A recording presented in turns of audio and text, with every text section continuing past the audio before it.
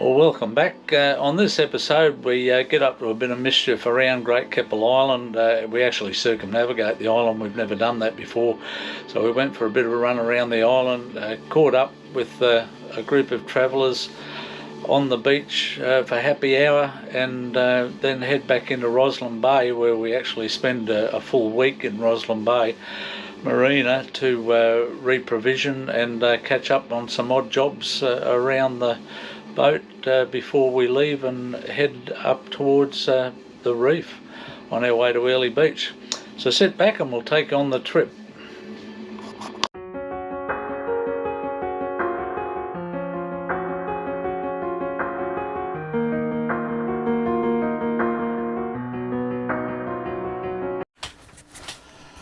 Well, we're at Great Kepple Island.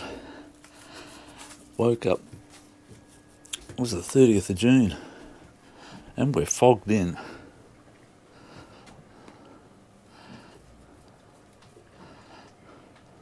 Interesting.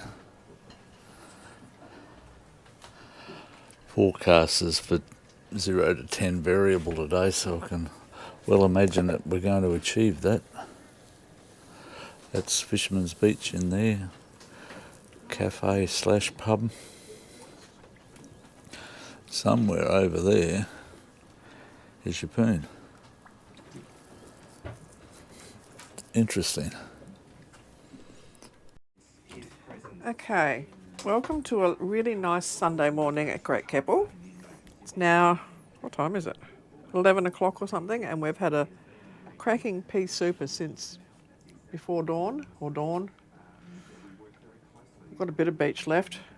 Our flopper stoppers, which stop us from rocking, are sitting on the ground, so really they're not doing much good.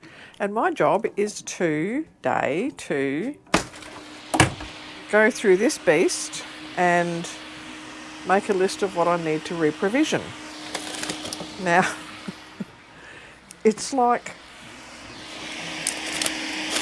going into a bottomless pit here. There is vegetables that were frozen, John's beer mug ice, dough balls from making pita breads, pre-prepped meals, and the good meat and things are right down the bottom. So my job is to make a list of everything that's in here and everything that we're going to maybe need to rebuy when we go into Yepoon later this week. So anyway, wish me luck. I'm going in.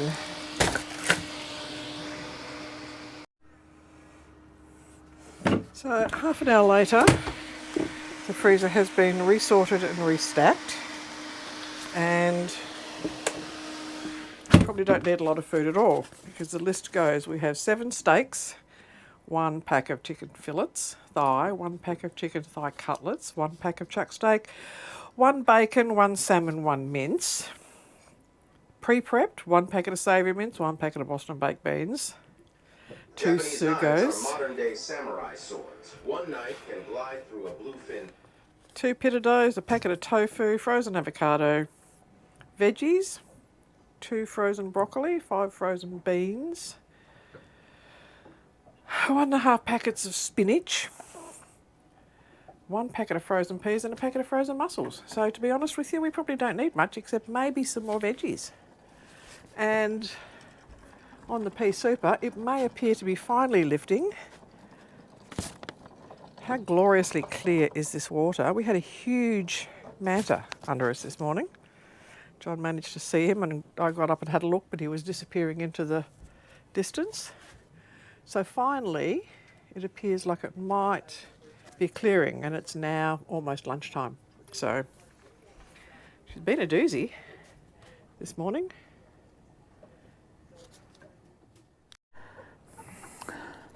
Well, good morning. We're here at Kepple Bay. We've been here a couple of days, Kepple Island, and I was just polishing the stainless on the bowsprit and looking at the anchor chain, and down underneath the anchor chain there's 2 squid just sitting there. They seem to hang around the stabilisers and anything stationary hanging in the water. But then I looked at our anchor chain, and it goes around here does a loop there and comes across under here, over there, and there's our anchor. It's obviously, it's a Sarker anchor, and always just digs in properly. Great piece of engineering. Never had a problem with it. Thoroughly recommend it. And we're probably in a bit shallow here, as you can see. The chain on the stabiliser on the retrieval line is actually touching the ground. And we've still got another hour to low tide, but we're generally sitting in about 400 or 500 mil of water. Probably a better angle of the anchor there, if you can see it. A great spot. We may move today. We might go around the other side of the island. The southeasterly is due to pick up to about 15 knots tomorrow. We're not into the marina until Wednesday. We're in there. We were only going to stay a couple of days, but then they had a deal 7 nights for 5, so we thought, blow it, we'll take the 7 nights and just refresh everything, all the groceries, the fuel. Not that we need much. I calculated we need about 250 litres. So we should be fine to get to Airlie Beach with a full tank. Yeah, beautiful day again. Anyway, we'll keep you updated. Oh, good morning. We're 3rd of July today, and we're at Great Kepple Island. We're heading into the marina today at Rosslyn Bay, which is over that way. You can see it in the distance. We're at Leaks Beach. That's Svenson's Beach in there, second beach. Had a great couple of days here. It's supposed to be blowing a strong wind warning today, but we haven't seen any of that as yet, which has been nice. So unfortunately we woke up at 2 o'clock in the morning and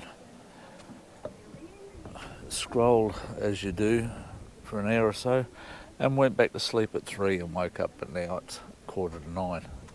So now we better get cracking. But quite glad that strong wind warning hasn't come in quite just yet. About 8 mile I think to go today, so it shouldn't take us much long, about an hour and a half, something along those lines. So we'll take you along. Here we go.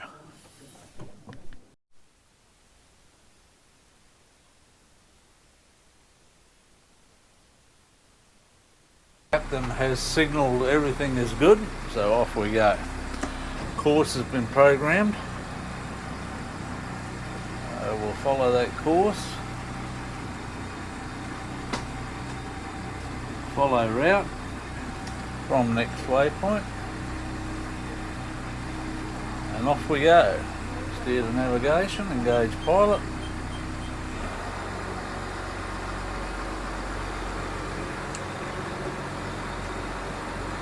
Righto, we're underway. First coffee of the day. And yep, AKA the Opal Hunter. John's been de-rusting down there. So anything that's got a little bit of rust on it, he's been chipping it off and rust painting it. And I don't know what that even means, but apparently it turns the rust into steel again. Stops it from sinking. So anyway, he spent a few days down in there. You could eat off that frickin' engine room floor. Anyway, it keeps him busy, and now he's out. I'll step over that hole in the floor without falling in. Now he's down in the lazarette. Look at that, that's his best angle, isn't it? So hello, darling. Hello, sweetheart. What's cooking? Pea and ham soup. So he's down there doing Boy stuff. Boy stuff in the lazarette. This is what we do to keep ourselves busy. So I cook, he does boat stuff, and it kind of works. And the cat's just sitting there watching John, hoping that he'll also go fishing soon. I really should go and do the washing, but hey, that can last until tomorrow. There's a book calling with my name on it. So that buzzing noise you can hear is John polishing the fuel. to make it shiny. I've got no idea what it even does, hey. Cleans the fuel, gets all the impurities out of it. John, do you want to take this and show the fuel polishing system? Seeing as you're using it. Have you got the mic? I do, here it is here. I've just... We've been blowing...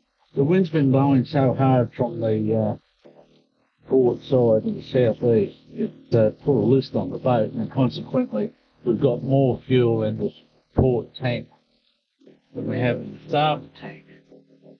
So what I'm doing is I'm utilising the fuel polishing system.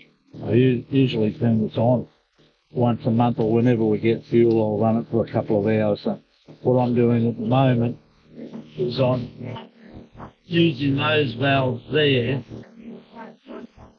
It's a bit noisy, but I'm using those valves there to take fuel from this tank, filter it, goes through a magnetic device here which is supposed to kill any bug and so forth on it, and then pump it back into that tank there. So that tank's coming up a little bit, and that will then give us a bit more or less of a lift to the starboard side.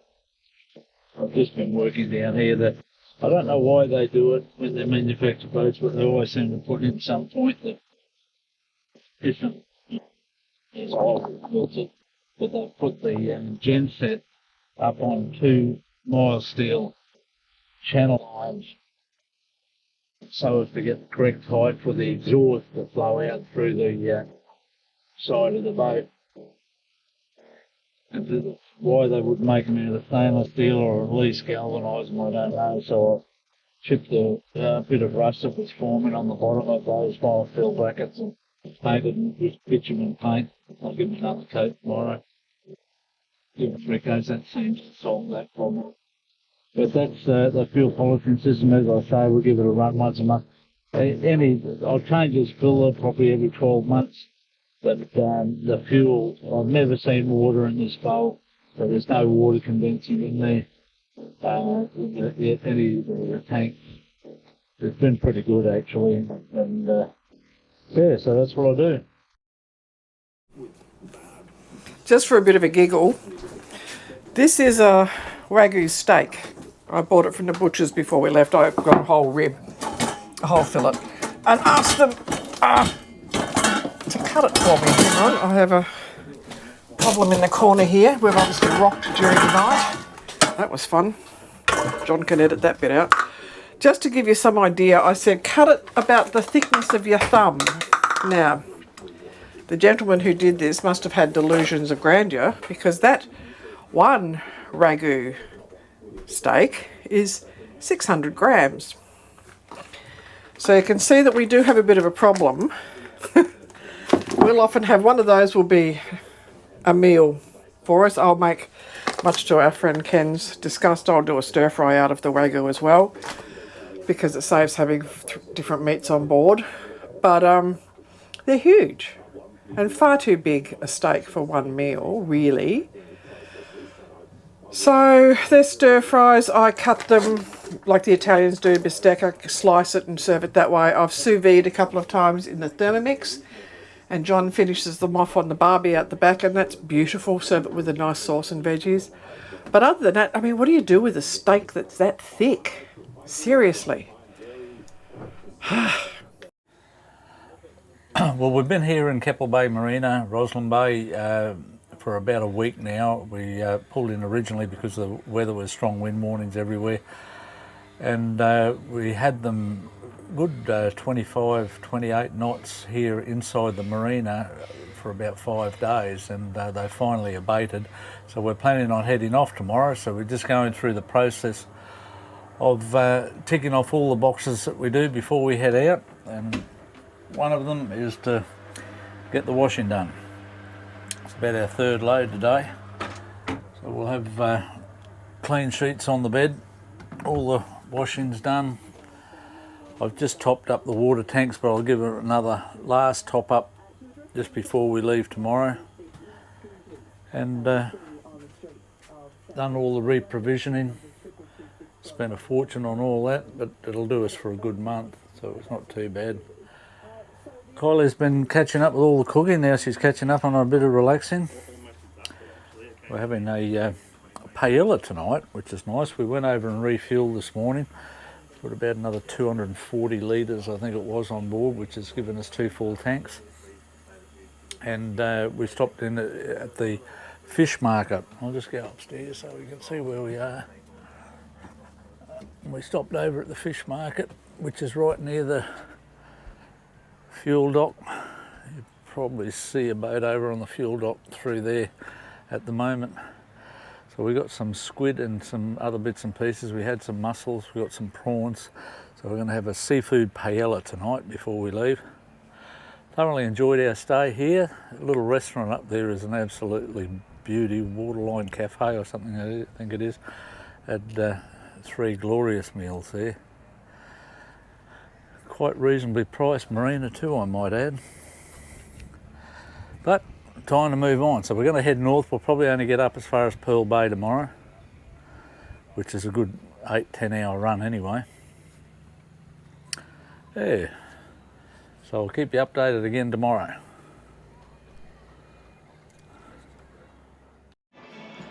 Well, thanks for joining us, and we hope you can join us in our next episode when we head north and we head up to Port Clinton, spend a night there, and then on off to Middle Percy, where we stop for another night, and then head on our way out to the Great Barrier Reef, the Pompeii group, where we have an interesting couple of days where we drag anchor in amongst the coral, and then head back into Scawfell Island, where we managed to have an engine failure in the middle of the shipping lanes, and then head off into Scawfell. And we regrouped there for about 4 or 5 days, I think it was, because the winds came in fairly strong from the south-southeast. Anyway, if you're enjoying what you're seeing, don't forget to hit the subscribe button, and we'll see you again shortly.